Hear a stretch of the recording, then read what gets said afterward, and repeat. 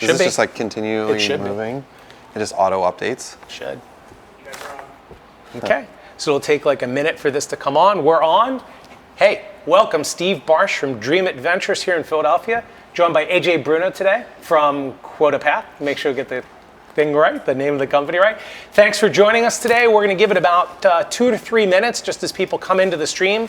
We'll just catch up and then we'll start into the meat of the conversation in about 2.5 minutes. AJ, welcome. Thank you for joining us today. Thank you for having me. Super excited to be here. Good. How are things? How was your summer? How are things in the fall?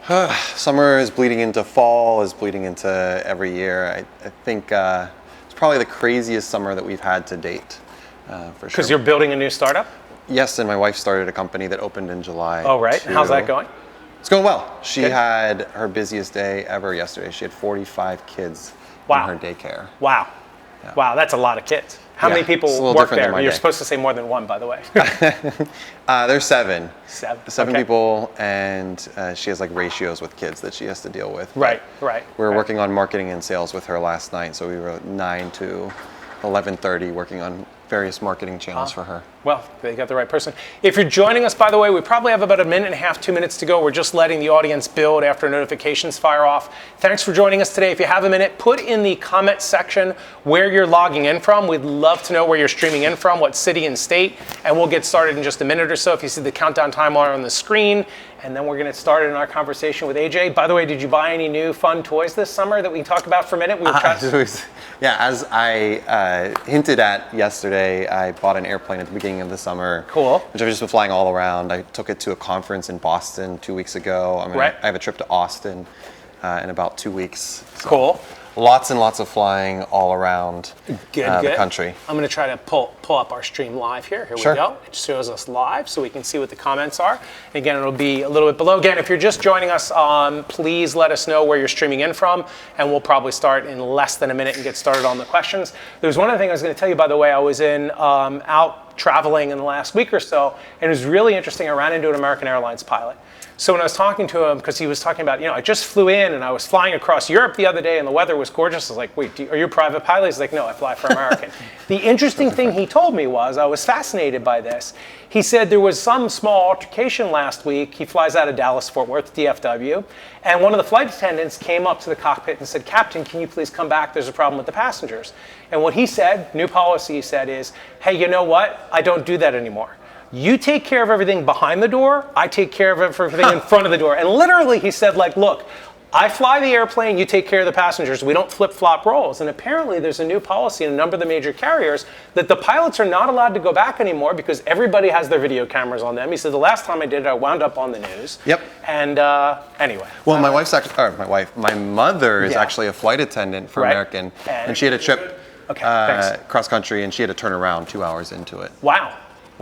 Not good. Okay, so I'm joined today, thanks for tuning in. I'm joined by AJ Bruno, who's the founder and CEO of QuotaPath. Previously, he was at TrendKite. AJ, let's start off. Let me just give you a preview of what we're going to be talking about today. AJ has joined us. He's been part of Dreamit kickoff sessions a couple of times. Want to have him on Dreamit Live. He is so great at B2B sales and sharing knowledge and experience. Today, we'll learn a little bit about AJ's background. We'll go through and talk about what he did at TrendKite and how he grew sales there, the tricks and traps he learned, what he's doing at QuotaPath, and he's going to share a lot of knowledge. If you're B2B startup and you're doing B2B sales, AJ's got lots of great things he's going to share. Sure. Thank you for joining us. AJ, could you tell us a little bit, share with people a little bit about your background? Yeah, of course. And I think since this is all about B2B sales, first, how did I end up in sales? Wait, and have you always done sales? I've always had my entire professional career in sales. Okay. Out of college, I had an offer from an economic consulting firm that I wasn't super thrilled about, and I was weighing my options. Mm-hmm. I had an uncle that was very successful in business, and I always knew that I wanted to start a company. Right. And found a company, and I asked him, like, what should I look at? What type of job profession would make sense?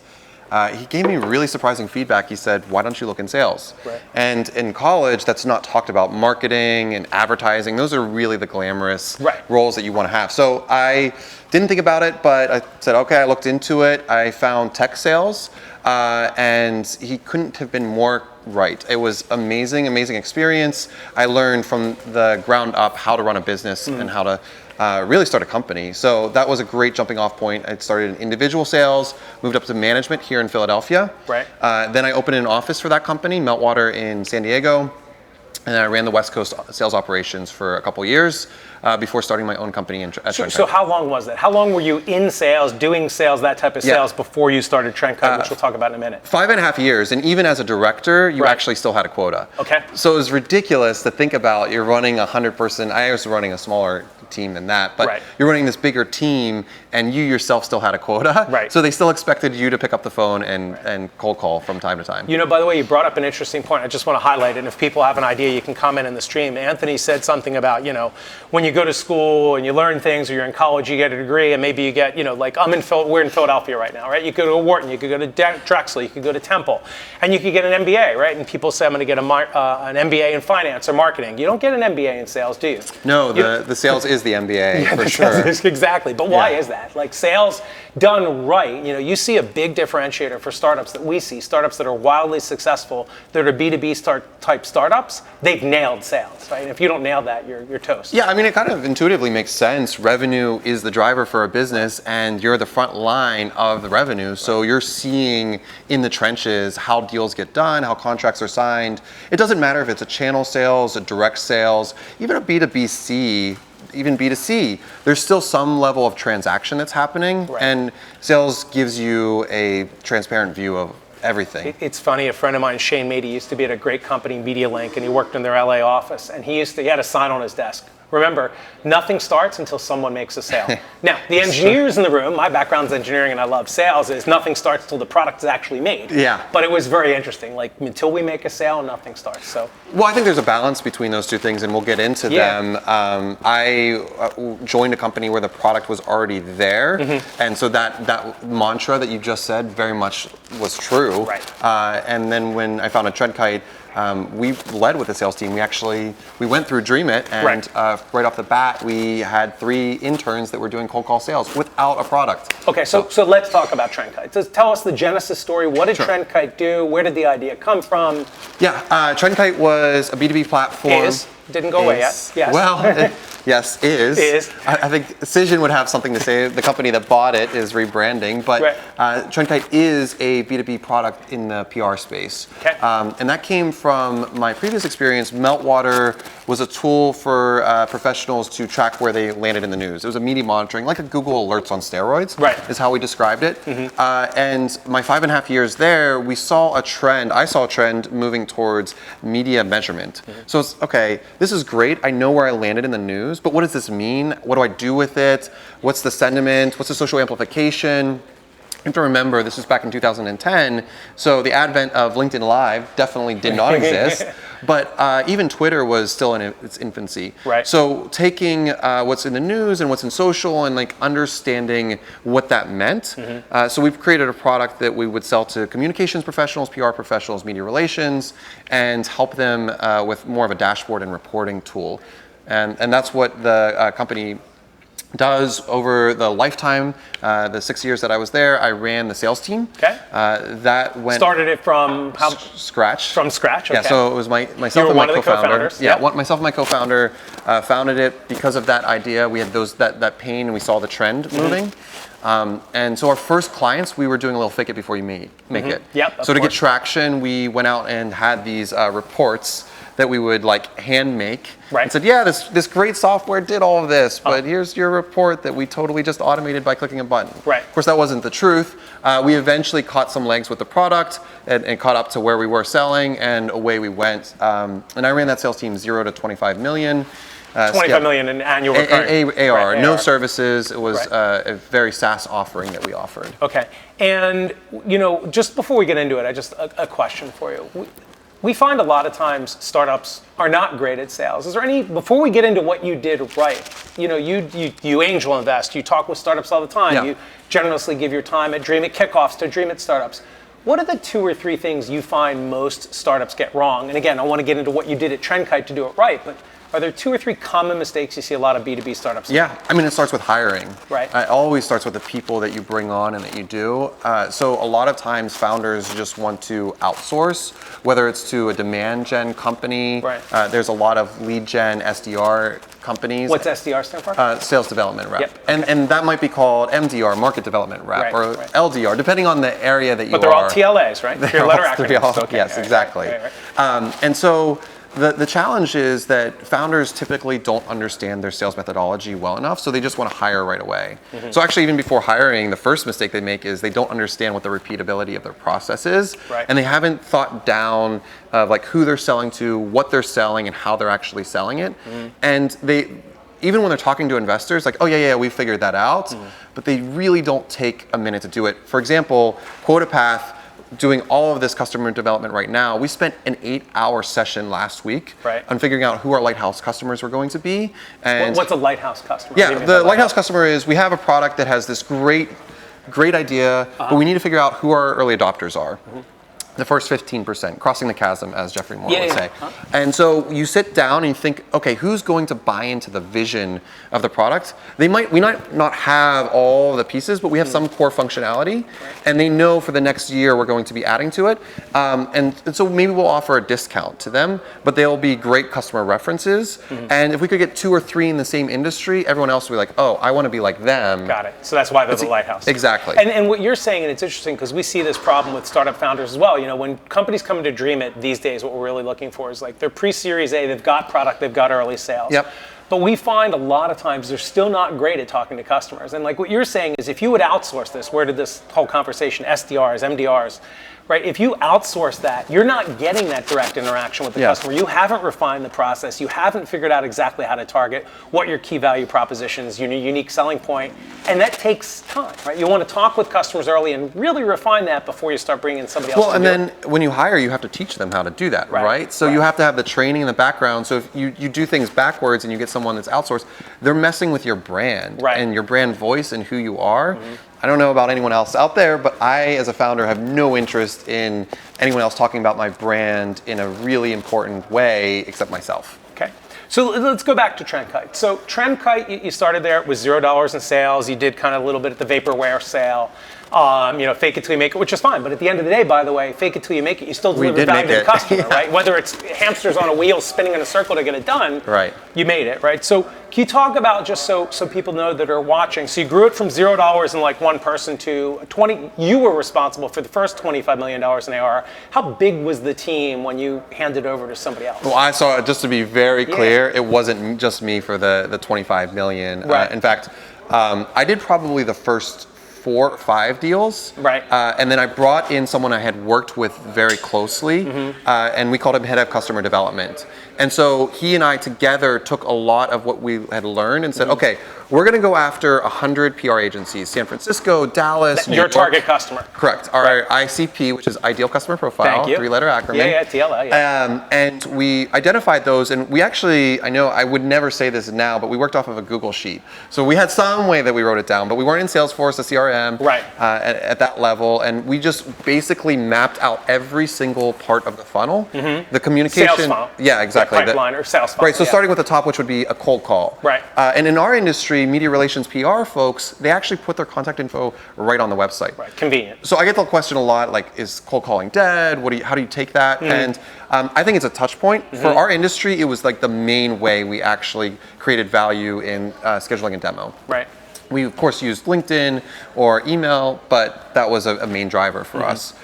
So we started there, and then we started to figure out what messages resonated really well, what features, value props, unique differentiators that people were like, oh yeah, I can't get that through Meltwater, or I can't get that through Cision, our 2 biggest competitors at the time. Do you find a lot of startups, though, do that? What is your unique selling point? What is your key differentiator? How are you going to, do I think they do, but I think they think about it in the terms of investment and like, how do I pitch an investor which on is our very different than a differentiator? customer, Exactly, because for a customer, the features actually have to resonate well versus, oh, what are your mission, vision, and values? That's totally a different conversation that you should be having.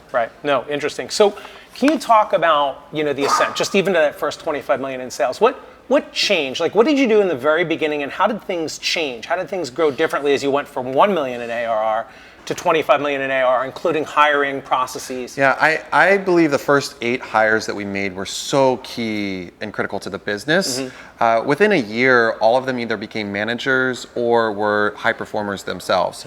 And so what changed, when we hit that critical mass of really high performers, they were able to teach. So it went one layer deeper. It wasn't just me having to train or onboard. I could say, oh, hey, Max, I know you were great at this piece of storytelling.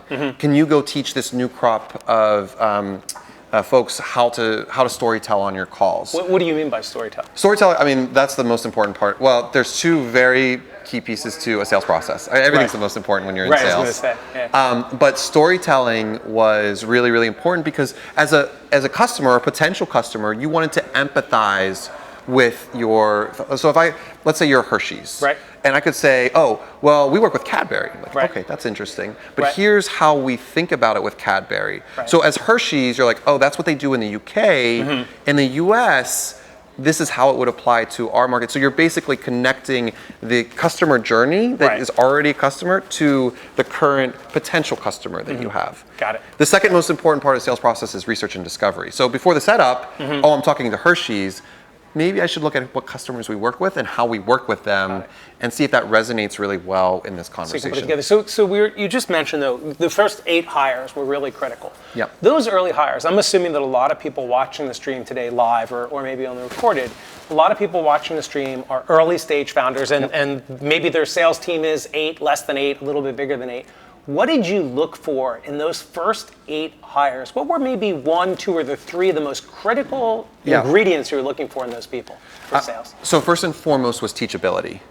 How do you measure for teachability? How do you interview for teachability? We created a process eventually, but at first it's a little bit more of a gut instinct. Okay. Yep. And I also will say the first 8 hires, all network hires. So someone at the company had already either worked with them or knew them or were friends with them, and that helped create a culture. So some of the people that came in weren't completely unknown to us, but for teachability, we really in the interview process challenged them to. They actually gave a presentation, and we challenged them with feedback to change or tweak different parts of that presentation. Now, of course, in an interview process, that's all set up. So another part of that was we thought about. If this person's going to come in and be teachable, are they going to be humble enough to take the feedback and actually make changes over time? Okay. So that we measured in what we called agility. Right. And agility was just being able to work on the fly. You know, if you're on a call and you're a sales individual and your manager's on a call and is giving you feedback and you're active listening, another really important part of the sales process, are you able to take that and then basically not just spit it out, but have a real conversation around that? So you're asking them to synthesize that real time on the fly. Yeah, so that the teachability and the agility combined. And then for long term, it was all about consistency. So in sales, they talk about motivation and putting the hard work and elbow grease. But really what that meant to me was, are they consistent in what they do? Do they come in and do they goal set every day? Do they have a plan about their calls, their deals, their activities, their objectives, and what they're thinking about?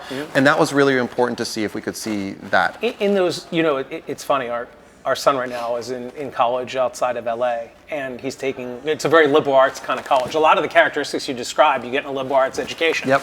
You know, it's almost like, can you empathize, and are you teachable, or are you moldable? In any of those first 8 hires, and if I'm a startup and I'm looking to hire, did you hire anybody that didn't have previous sales experience? We didn't. You did not. However, I have hired in the past. At Meltwater, we took a lot of people we called green that were right out of school and taught them a sales methodology. Right. So it's doable? Like, are salespeople made or built or Yeah, well, there's 2 sides to it. It depends on the scale that you are at currently. For Meltwater, we could take the risk because we had a sales process and we wanted people to come in and just really have a blank slate, not have any preconceived notions about what sales was and was not. Right. At TrendKite, I really wanted to make sure that everyone that came in knew what they were getting themselves into. I had no interest in putting all of that time into training and onboarding, and then they were going to churn out in 3 months. That was going to be wasted effort and a lot of time on myself and my managers, and I couldn't spare that time with them. So talking about TrendKite, not sparing time. So you're hiring these first 8. You grew the team. How big was the team to get it to 25 million, and then eventually, how big did the team grow for sales ops? Yeah, so between account management, our new business team, and our lead generation team, about 150 reps. Okay, so 150 people working in sales and building a machine. So What do you think, what are the 2 or 3 key ingredients that made that overall sales team process successful? Like, what did you do? What did you lay out? Startups that are watching, early stage people in sales that are watching, what are the 2 or 3 most critical things overall that you really focused on? Number 1 was structure. Okay. We had such a key structure in our days, but we did it in a way where you hear about cold calling machines and you have a script. Ours wasn't a script because there was a little bit more no script. 150 people, no script. No script. We had guidelines and we had a structure to it. Right. But the idea was at 8 o'clock you would come in and you would have your day already laid out. 8:30 we had a stand up. We would have like a developer stand up. Exactly like a developer. We broke up in a group, but then when the team became too large, it was teams. Okay. We had pipe reviews every Thursday. Like a pipeline. When you say pipe, okay. So pipe review was, to explain that, was by the way, basically... when you say pipe review now and what's going on with WeWork, you don't really pipe. Anyway. Okay. Okay, I'm glad WeWork has brought totally different meaning to everything that we have to do and say. Pipe. Yeah. Anyway, sorry. So a pipe review is when you have these different potential deals that you're going to close. Right. And you're working with your manager and they're at different stages. So I might call someone and that might be at the very, very beginning stage called a demo appointment. Then I get a demo appointment and that goes to demo. I have the demo and I think it's a really good opportunity, potential deal. And I move that to qualified. Right. Qualified might move to contract sent, and contract sent might move to closed won. Closed won as in I closed the deal, or closed lost, I did not close the deal. Right. It just follows, and that's the sales funnel that we were talking about earlier. Yeah. So I had a lot of these structure or cadence points. With the first 8 hires that came in, we did a lot of things really, really well. And when our new crop of hires came in, I sat down with the team and said, look, you guys are all killing it. We're starting to get this, but we need to set the tone for all of the future hires, sales hires. So everyone comes in, they're going to expect an 8:30 stand-up. That's fine. I don't want you to be on the stand-up. I want you to be on the phone. Set all of your calls for 8 o'clock, 8:30, so that when someone new comes in, they're like, oh, this is just the expectation. Right. So people are on the phones. This is the bar that I have to have, and so everyone up-leveled from there. Got it. And that's kind of created it. So that was structure. Number 2 was culture. So by doing and adding that structure in place, we created this culture that everyone wanted to be part of. It was this traditional sales floor, but if you walked in, whether you were an investor or you were someone being recruited, you would come in and there's just so much business going on. The noise was overwhelming. Everyone had noise canceling phones, but sometimes you would see people under desks talking. And we had this quota board that would sit there, and so people would see, oh, wow, you guys work with the American Heart Association, you work with AMD, Sacramento Kings, all these really great logos. Right, but was the quota board also, did it breed a level of competitiveness between your salespeople? Do you think that's a good thing? Do salespeople like to be competitive with each other? 100%. We had a lot of ex-competitive athletes. We had... Oh, I forgot about that. Yeah, so some serious ping pong players. Serious ping pong, yeah, and the former junior Wimbledon winner was one of our top performers, but a lot of people had gone to UT and played Division I. University of Texas. University of Texas, yes. Trankite was in Austin. Trankite was in Austin. He's in Austin. We were all inside sales team as well. So this wasn't a remote culture. Got it. And that was really based off of our average contract values. Which what was your ACV? At the beginning it was $12,000, and then we moved it to about $20,000. Do you think there's a limit? There might be some people tuning in that are selling health tech or secure tech, and it's a $100,000 a year sale. Is there a point where you think you need to be outside meeting with customers in their offices? Like you were even talking about for QuotaPath, right? You're actually spending hours meeting with customers. Where does that line draw where you can do internal SDRs? It's really dependent on the product and the industry. You mentioned healthcare tech, and that is something that is very much an in-person relationship. Right. However, I've heard a lot about this. Atlassian sells $500,000 deals without ever talking to anyone. Wow. And so there's this push to bring it in-house with an inside sales team. I mean, not as much overhead for traveling and dinners. Right. But also, unfortunately, you lose a little bit of the customer conversations that you have. Right. So in the early days, I actually recommend going and meeting your customers, but make it effective meetings. Have 3-4 meetings in the city that you're in, and not we just call one. it geographic forcing function. We're in town. We're in Atlanta. Exactly, and it makes it super easy to have that conversation, and it feels a little bit more of a warm intro anyway. Let me pivot the conversation a little bit. A couple things I want to talk about. We have a lot to cover. We're probably going to go a full 45 minutes, like till 12:45 Eastern, if that's okay. Lots to cover. A lot of things we want to talk to you about. You were talking about your sales process and methodology and structure. And you never mention what software you're using. And part of what I want to talk about just for a moment is maybe not what software you use, but does it matter? Do I need to be using Salesforce? Should I be using Pipedrive? Is it HubSpot? Is the software, I have my own bias, but I'd love to hear your thoughts there are first. absolutely best-in-class software, so don't get me wrong, and for different stages, of course. Right. We don't use Salesforce just yet today, right, but our product is connected By to the way, Salesforce. today's episode is not sponsored by Salesforce.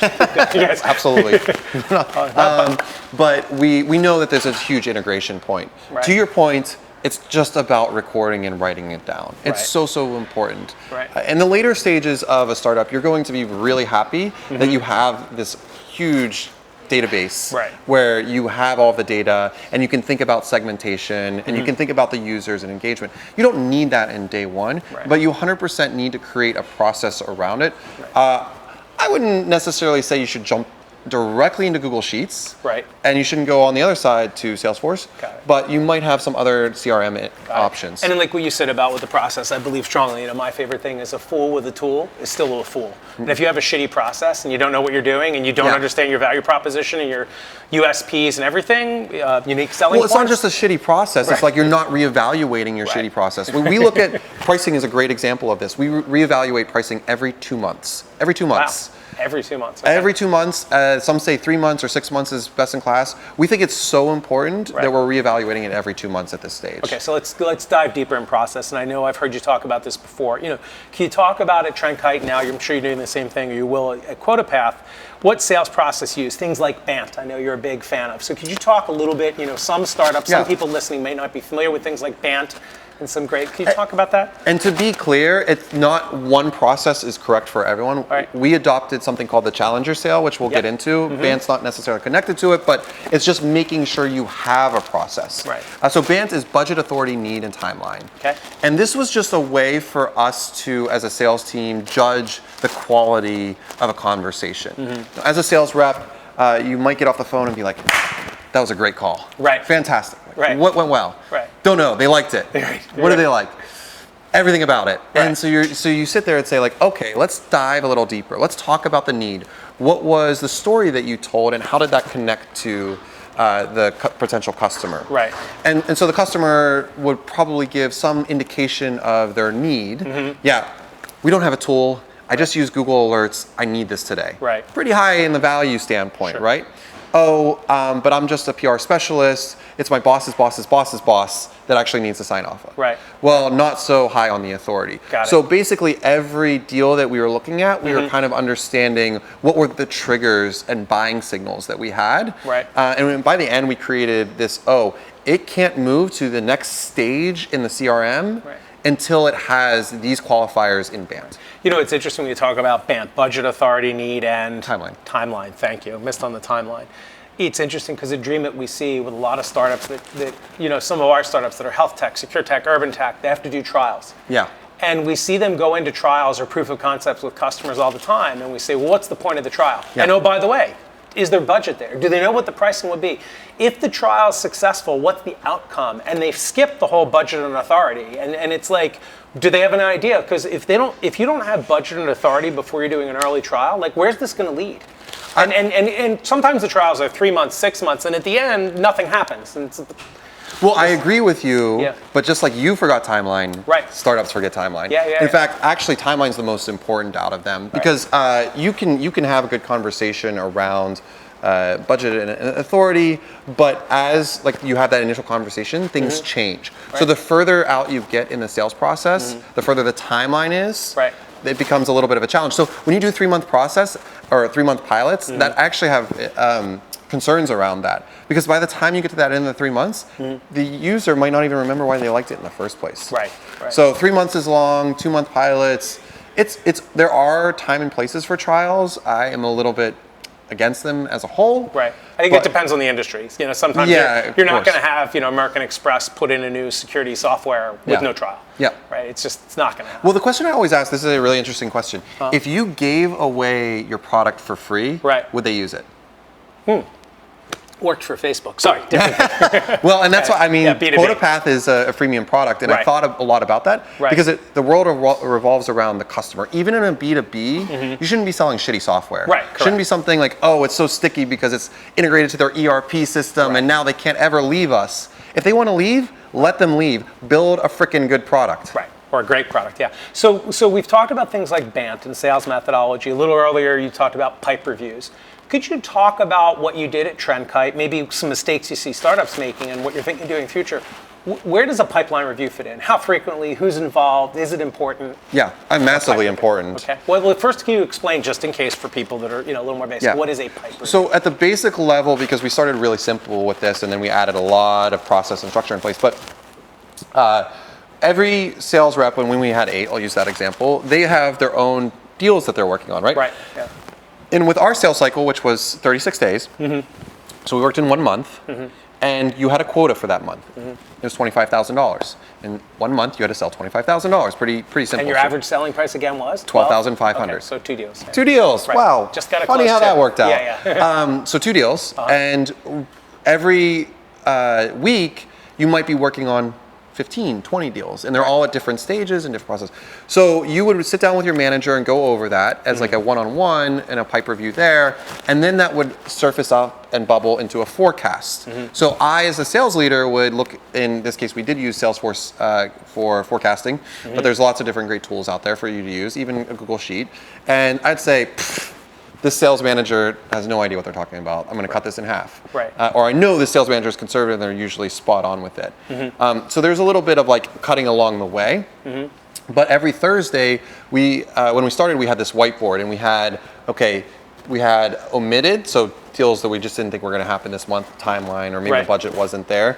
But then we had qualified deals, and we had a 50% chance to close those. Right. And then we had committed deals, and we had an 80% chance to close those, and they were written up. At the beginning, we had colored markers, dry erase markers for everyone, and so everyone wrote their different deals up there. So it was very easy visually for me to see what was going on. But what's the objective? You're doing all of this for what reason? Yeah, I mean, it's to create a predictable revenue stream, right? And is it also though to pick apart, like, is this deal for real, or people just it's a learning. So it's a learning lessons on like more of the transparent stage of, okay, Justin, you are the sales manager for Haley. Right.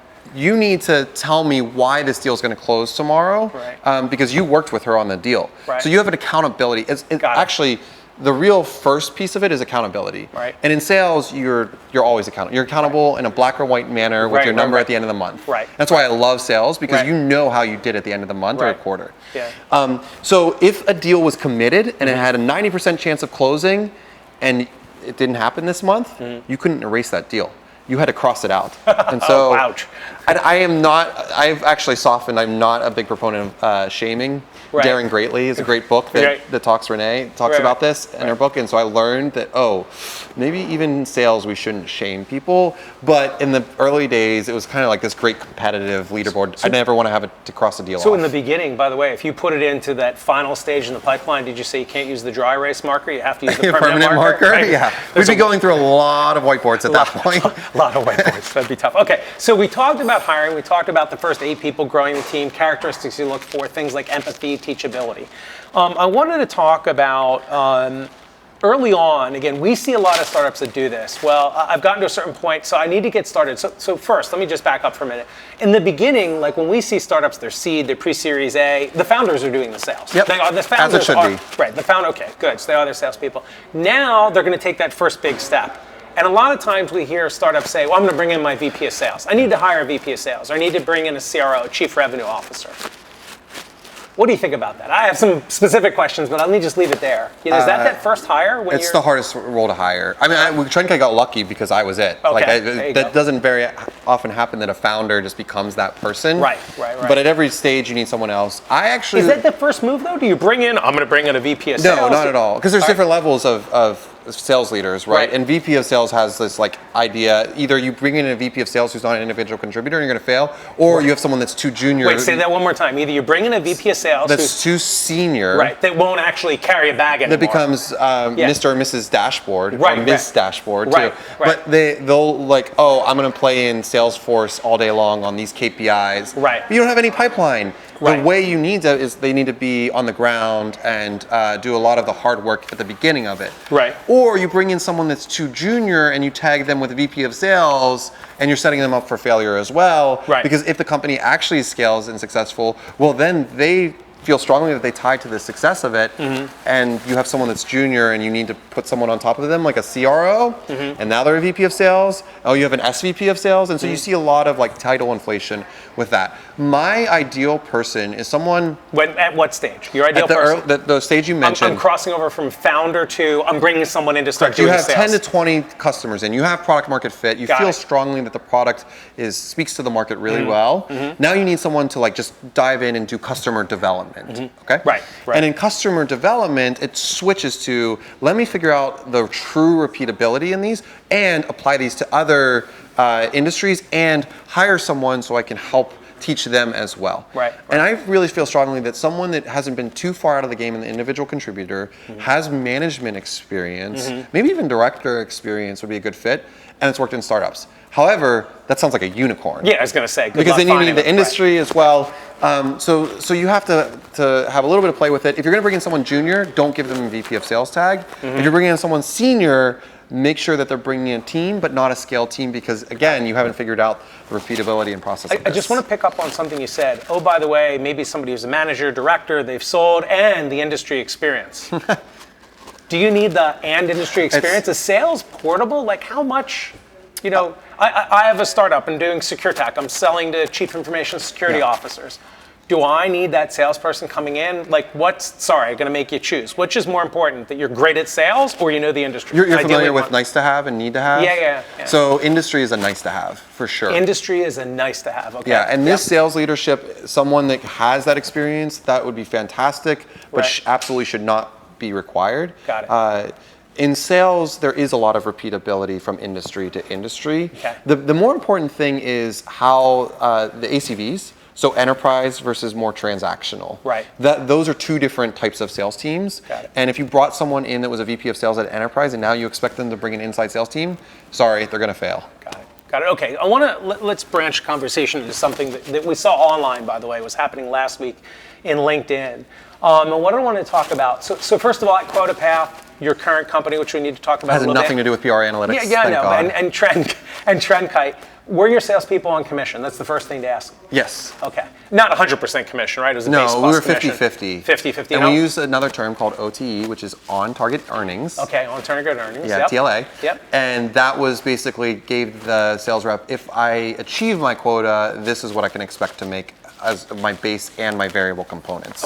Okay. So I want to read something to you because some of this was discussed and you got in. It was a little heated. You weren't heated. It was just a very heated, passionate conversation. I hit a nerve apparently. You I didn't actually think I was going to be hurting a nerve. So let me read it. What came up? This recent LinkedIn post that we saw. You said there was a comment about I don't want my reps knowing how much they're making. And then you wrote, this is the number one objection that we hear to why a sales leader team wouldn't use QuotaPath. Yeah. Can you talk about that? So first, can you give us the soundbite, 30 to 60 seconds? What is QuotaPath? Yeah, sure. And then why was this? And then why this is relevant? Yeah, sure. why is it relevant? So QuotaPath is, in a basic true form, a sales commission tracking tool for the sales team. Sales team, rep, manager? Both. Okay. And we consider ourselves a product-led company, and that means that we have a freemium aspect. So both individual reps and managers can use our tool today for free. We launched August 1st. Okay. So it's live. QuotaPath.com. Yes, QuotaPath.com. Thanks for the plug. Can I get a discount coupon for the free? Never mind. Yes. Okay, free is free. Free is free. I was illegally not allowed to say free forever on our pricing tier. Okay. Our lawyers are advised against it. Okay. So Right. I was like, how can I get around that? Anyway, by mentioning it right here. There you go. So the idea behind it is that a sales team usually tracks their commission through an Excel spreadsheet.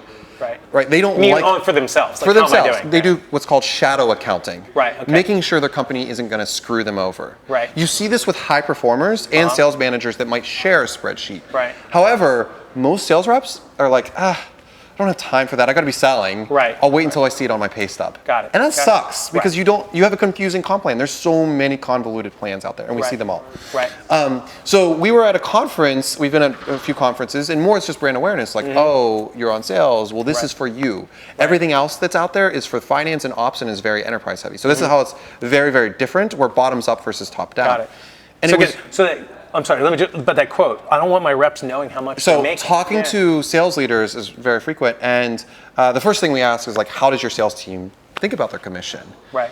And that is the first thing we've heard probably a dozen times at least. We have very, very good feedback from most sales leaders, so I do not want to pigeonhole that most sales leaders are like this, because actually most are not like this. Okay.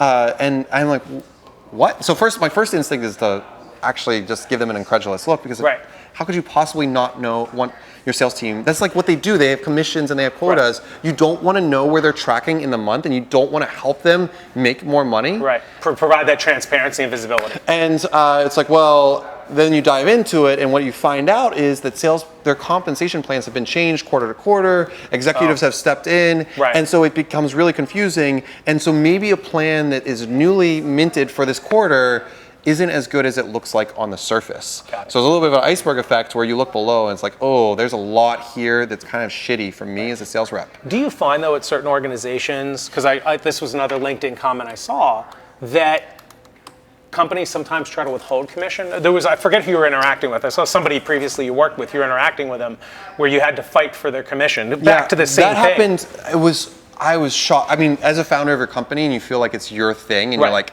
no one's going to tell me it is your thing, and then that's a different conversation. Maybe my next episode we can talk about that, Steve. But you're like, how they're going to sell? We had a rep that was going to sell this huge deal with Amazon. Can you name the rep, or you can? No, I don't want to name the rep. But she sold, and this has happened multiple times. So this other conversation was actually slightly different. She was going to sell the deal, and they wanted a weird term trigger that they would pay up front, but because of how the contract was structured, they had what was essentially an opt-out. They could say, you know what, we don't want this to work, we get our money back. Right, being the customer. Yeah. So the executive team at TrendKite, and I was part of the executive team. I was the founder of the company. Was like, no, with this, we're going to sell the deal, but we're not going to pay the rep commission. Okay. Ever, or like if there's a ton at all. Okay. We're going to take the deal, we're going to take the revenue, but we're not going to give this rep the commission. Right. And you remember moments in your career where you're like, no, absolutely not. And this is one of those moments. Where as a founder and the sales leader, and I felt like I needed to step up for my team. However, most VP of sales don't get that opportunity because they're on the executive team, but they're like told what to do. So they're like mashed in between board level, the science of sales, and then bottoms up from the rep of like the art of sales. I loved in most cases being in that spot. In these cases, I hated it because I felt like I was just running into a brick wall. And there are moments of clarity where like, this doesn't hold true to my values anymore. I'm going to leave my own company. Thankfully, that never happened, and it got worked out. But those were conversations I was having with my wife at night. Okay, so I want to get to questions. We're running pretty long, and it's great, and it's really helpful. First of all, like you've mentioned 1 or 2 books. Yes. Are there, for people watching, what are your favorite early stage? I'm trying to do B2B sales. I'm a startup that's sub probably $10 or $20 million a year in revenue. What are your favorites? What are you reading? Yeah, and there's all different types of sales. But we always had it was required reading to read challenger sales, and I mentioned it earlier. And that was the type of sales process that we taught, which is basically you're being a consultant and you're bringing value to the customer before you show up. Never Split the Difference was a great sales book that didn't actually have anything to do with sales. It was an FBI negotiator, hostage negotiator. Hostage negotiator, okay. And that's a fantastic book. All right. And then I have more on the sales management. Cracking the Sales Management Code is another really good one. And then it flips to Founder's Dilemma, and Venture Deals are other great books that I enjoy reading. Good. So I want to wrap some stuff up, then we're going to open up for questions. I'm going to say I'm a B2B startup, right? So, and I have to do sales. You've talked a lot of things. 2 to 3. I need 1 or 2 things when I'm finished watching this. What should I focus on? I'm early. I'm probably sub $1 million or $2 million or $3 million in sales. The 1 or 2 takeaways, like focus on this. There are a million things that are going on, distractions and whatever in a startup. But as it relates to customer growth, You just really need to focus on that product and customer and the engagement that's happening in between. Got it. What's happening, why it's happening. The best piece of sales advice that I think I've ever gotten when I brought salespeople in, and I should have done this as a founder, is go and pay someone in your industry for a day of their time. Go pay them $250, $300. Go sit with them from not the moment they wake up and brush their teeth, but the moment they get into the office and what they're doing and how your product relates to them. Got it. Right? So you want to understand that pain, that true pain point. Right, follow the customer. I think a lot of founders don't realize or don't understand that. Okay. And so I had gotten that late in my career and never had the opportunity, but doing it again when I build a sales team, I will pay for all of my sales team to go and have those conversations and sit down for a day. Take a day With out a of their time with a customer to understand how does our product interact with them day to day. Because it's that empathy, it's the life of the, You journey in will the customer's be shoes. way head and shoulders above anyone in the game, and I guarantee your competitors have never even thought to do this. Okay, cool. Let's take some questions. We're going to burn through. We'll go another 15 minutes till 1 o'clock Eastern, if that's okay. I'm going to pull questions off of here. First question coming in. How do you decide if a sales quota should be based on geography, product, vertical? There's all kinds of ways to cut it. Any wisdom, ideas, First off, don't make any lasting decisions in that area because it will change. All right. So for TrendKite, we didn't have territories to begin with. Right. But what we found eventually... What did you have? You had 8 people. We had a CRM. Okay. Go call anyone. We gave guidelines going back to the ideal customer profile. Right. Hey, Justin, you love technology. Go to sell to Snapchat, Pinterest, Glassdoor, Telium. All became our early customers. Okay.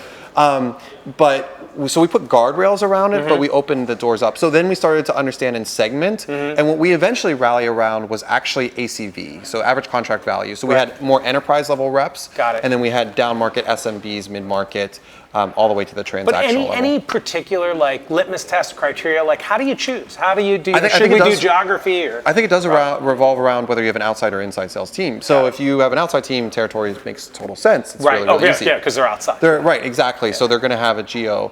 If you have an inside sales team, be a little bit more methodical about your team, thinking about the different characteristics, the size of the company, persona. Got it. I might know how to sell to director of communications, but I can't talk to a chief marketing officer to save my life. Got it, yeah. So put me to the director of communications. For me at Meltwater, for example, I love universities and healthcare. Right. The smaller healthcare systems, they were easier to sell and they were more transactional, and I was more of a transactional seller. Got it. Okay, so you align to your customer, align to your segments. Align to the sales rep, right? Right. What they know and how they know how to sell. What's going to drive most success? Okay, next question. If you have an underperformer, how do you decide if you should coach them or part ways? Fire them immediately. Okay.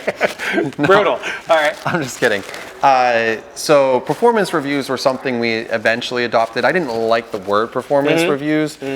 But we eventually had a process where if you missed 2 quotas, you might go on a performance review, and then you would have 2 quotas, like a monthly quota? Yeah, so 2 quotas, and then your third month. Wait, when you say miss, 25,000, I came in at 22.5. Is that a miss? Yeah, there's some leeway there. Right. But yes. Okay. We had, at our scale, we had 24 out of 26 reps were hitting their quota for the year. Okay. Every single month. Right. We had an 80% rep attainment. The industry average is 30%. Wow. We were just crushing it. So yes, if you miss 2 quotas at TrendKite, you're doing something probably pretty wrong. Right. However, that said, there's a lot of pieces to this. There's a rep motivation. So one part of it is the work and the engagement that they're showing. If they're just working their ass off. Right. And I was this rep at Meltwater. I missed 3 quotas in a row. No, I zeroed 3 quotas in a row. 0, okay. All right. And nice. I probably should have been fired at that point in any other sales organization. I had a great boss, great mentor that I still talk to today. Yeah. It was like... Can we name names? Yeah, Chris O'Horst. He's amazing. He's at Google now. Oh, cool. And he's on the Bay Area, and he's just awesome. Awesome. Okay. And he came over to my house 2 months ago, and we hung out for a little bit. Oh, cool. Anyway, so let's keep going. So So you missed basically, you miss, and then you sit down and you say hey, here are the things that I need to see. Right. Usually the rep, if they're not motivated, they're going to self-select out. Right. You can read body language and you can tell how engaged. Confidence is the swings of a sales rep, and building confidence is even tougher. So it's coaching and working with them every single day if they're bought in. If they're not bought in, Cut it. Okay. All right. Let's keep going. Next question. Are there any podcasts you like on sales? You Yes. talked about a couple books. Any favorite podcasts? SaaStr has a great podcast. SaaStr, yeah. I think OpenView's product-led growth. I religiously listen to it. Right. 1 to 10 million is a podcast I was just recently featured on. Right. That's like how do you grow from 1 to 10 million. Right. So I, in the car ride, listen to podcasts both on entrepreneurship, but Wait, also car on ride, you're driving what these days? You're really going to switch there? Yeah, I don't drive. You don't drive, okay. Both Steve and I both own Teslas. Tesla Model 3, except his is the performance version. I got the regular one. I get there slightly faster in 76 and traffic. Sexier brake pads, but anyway, yeah. But yeah. Anyway, so wait, where were we? Oh, podcasts. Podcast. Yes, yeah. So I really take in how other entrepreneurs have built their companies and thought about their companies because I'm always learning. Well, and there was a venture firm. Did you mention already? I remember you've told me a couple. Oh, it was OpenView Partners. OpenView, yeah. The OpenView in Wellder Boston, yeah. and they have a product-led growth summit that I'm going to in November. Awesome. That's because our company is very much that fit. So I'm not saying that they're the absolute best for it, but if your company happens to be freemium, great podcast to check out. Great. SaaStr is B2B Sales all the way through, and Jason Lemkin. And then there's just great, like Tim Ferriss, there's just great podcasts that I like to catch, Malcolm Gladwell. Okay, keep going here. All right, so we talked about this. Do I really need to pay my salespeople commission? Right, so what do you think about that? I'm going to hire a salesperson, I'm just going to pay him a salary. Why should I spiff them? Is commission the only way to go? No, I mean, I think it's, there's lots of different unique sales models. I have found that if I hire the right type of person, that's a good motivating factor. The fact of the matter is, it's goals. It's goals, and for sales, that is usually tied to money and revenue, so it's an easy thing to. And the funny thing is, with QuotaPath, we actually have a part of the app that is goal tracking for sales reps. So we take away the money. Oh, interesting. We take away the money components, like how many deals would I need for a down payment on a house, or pay off my student loans. Right. So we're actually taking it one level deeper there because everyone seems to think that sales reps are money motivated. That's actually not it. Right. In fact, I actually found that a lot of ways money was just a byproduct of how they were doing. So what motivates them? Is it goals? Trips to Bali. Trips to Bali. I had a sales rep that would had a quota board, and she had Bali all the way at the top, and then she had South Padre Island all the way at the bottom. And this is in Austin. And this was in Texas, Austin. So her bar was like, oh God, I don't want to go hang out with all the spring breakers in South Padre. I want to fly across the world to go to Bali. Cool. Did she make it? She hit 200% of our Bali. Wow. She was just like so motivated. Every day we talk about the Bali trip. Not $200,000, right. her Bali trip. And that changed the game. And it sounds like you've integrated in the QuotaPath. That whole idea of like that's exactly right. Cool. Okay, we're going because we have a lot of questions. So we just talked about commission. How do you think about the ratio of base to incentive comp? I think you were talking about at TrendKite when you were there. It's 50-50. Yeah, so on target earnings, OTEs, you see really large ones. Oh, my OTE is $250,000. Well, how much did you make last year? Oh, $120,000. Right. So companies set these very inflated, just like titles. They can set these OTEs. What I did was actually the opposite. Our OTE was 91,000. But guess how many made 120, 125,000? Most of the team. So a rep would come in from a more prestigious company and be like, I was a sales director. I don't think I should take this job because your OTE is so low. Like, well, let's actually talk about that. So wait, can you just translate OTE on target earnings compared to base plus comp? Like, so our 45,000 in base salary and then 46,000 in variable component, which was we paid 10% commission on the deals that you closed, new business, and a $1,000 bonus if you hit your quota. Got it. Unfortunately, our compensation plans as we scaled got so screwed up because the board's like, what about activity bonus? MRR? No, we're going to change to ARR. Oh, we need multi-year. So that's where all these lessons learned. Like, I'm not going to just apply that to my next job. I'm going to apply that to my next company and build a product that is going to fix this shit. So is there any, that's good. We're going to fix it. Is there any ratio though? Is it 50-50? What do you typically, in this software? It depends on the role. So account management was usually 70-40 or 70-30? 70-40. There you go. I'm in sales. I don't have a PhD. That was another LinkedIn post. Yeah, right? Do I have to have a PhD to understand my comp plan? Yeah, that's a shout out to Scott Leese if he happens to see this. Yeah. So 70-30, which was based on renewals, and you got a smaller percentage of it. For sales reps, it really depends. They're obviously going to want to be more on the base because they want more security. If you have a more experienced sales team, maybe folks that are in their 30s, their families, I would actually trend more towards the base versus variable, but just find the right mix. You can change it. So let me refine that just a little bit. So I'm an early stage startup. I'm hiring my first 1, 2, 3 people. Yeah. Give me a ratio, like 70-30 base? We went super high on commission. So our first sales rep had a $45,000 base, and I gave him 30% commission. All right. And I said his OT would be 140. Okay. And he made 110. All right. So he didn't hit expectations. But then the next reps were 90, and they hit 110. And so they were super happy. Got it. Okay, all right, let's keep going. Sorry. Top tips for putting together a great comp plan. You just talked about it, got all screwed up. Simple. Keep it simple. Right. Keep it simple. Start really basic. Make sure that the compensation plan is understood by the entire team. Right. Create a presentation if you have to. As you get scaled, the VP of Sales needs to understand every single plan and all the compensation structures and what will move the needle. Okay. But what you really want to have is a sales manager to sit down with a sales rep and say like, hey, this is how you get to the next level. This is how your accelerators work and how we get you that trip to Bali. And I assume in QuotaPath, I can load in the comp plan? Yeah, you have tiers and you can upload them, you can chat. It takes about 2.5 minutes to upload your comp plan. Cool. All right, let's keep going. The next one is from, let's see, Hit Goals, at Hit Goals. Thanks for your question. How hard was it to acquire the first 5 to 10 customers? How long did it take to acquire them from launch? Well, I discounted the hell out of the product, so it was pretty easy for me. Because were you buying logos? Is that why did you discount? No, my sales team would make fun of me because I was like notorious for discount. Oh no, we'll cut it.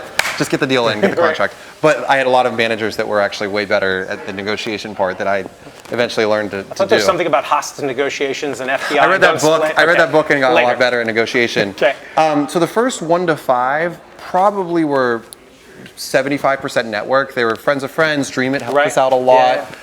With those early customers and those early traction. But we were hustling.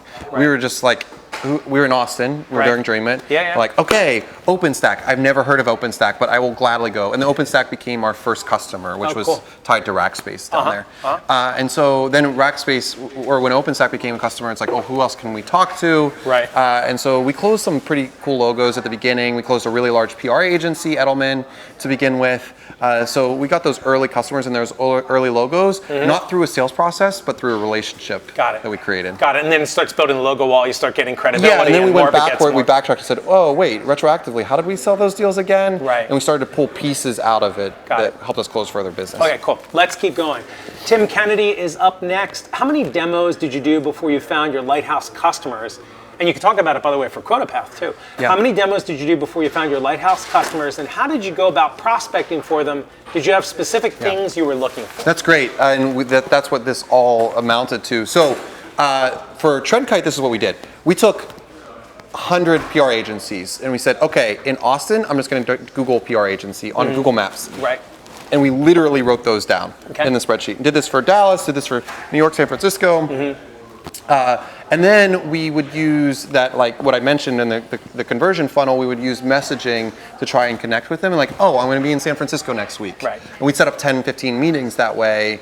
And then out of those, we probably closed. Wait, were you really going to be in San Francisco? Because absolutely not. In fact, we were supposed to be in New York the day before. And then we had this issue like, well, you go meet with Sephora in New York and I'll go to San Francisco to meet with these 3 agencies. Just a shout out to Dreamit. If you get a chance, Google Email Ninja. We have a technique that we teach Dreamit startups early on about forcing function, geographic forcing function. How do you break through and do that? But anyway, okay, so you go to San Francisco. So go to San Francisco, and I would say out of 10 customers that we met with, we could conceivably close 3 of them, meaning they would become customers.